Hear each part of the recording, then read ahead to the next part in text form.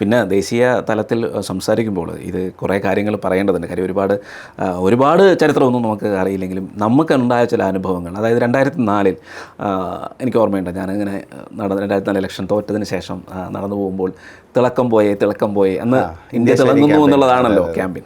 അപ്പോൾ അത് പോയേ എന്ന് പറഞ്ഞ് ബഹളം വയ്ക്കുന്നവരെ ഞാൻ കണ്ടിട്ടുണ്ട്. അന്ന് LDFും UDFും ദേശീയ തലത്തിൽ ഒരുമിച്ചായിരുന്നു. അപ്പോൾ ഇതൊക്കെ കണ്ടു. 2009 പരാജയപ്പെട്ടതോടെ എഴുതി തള്ളിയതായി, ഇനി തിരിച്ചു വരില്ല ഒരു കാരണവശാലും. പക്ഷേ എല്ലാം മാറി മറിഞ്ഞു. 2014 തിരിച്ചെത്തി.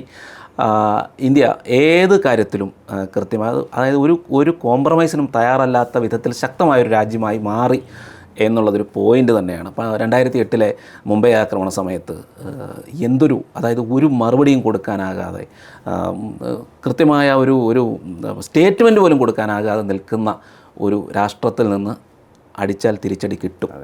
ഡബിളായിട്ട് അടിക്കും. അതെ, തിരിച്ചടിച്ചിരിക്കും. അത് വേണമെങ്കിൽ അകത്ത് കയറി അടിക്കും എന്ന് തെളിയിച്ച ഒരു ഭരണകൂടത്തിലേക്ക് എത്തിയത്, അത് ഒരു സംശയവുമില്ല.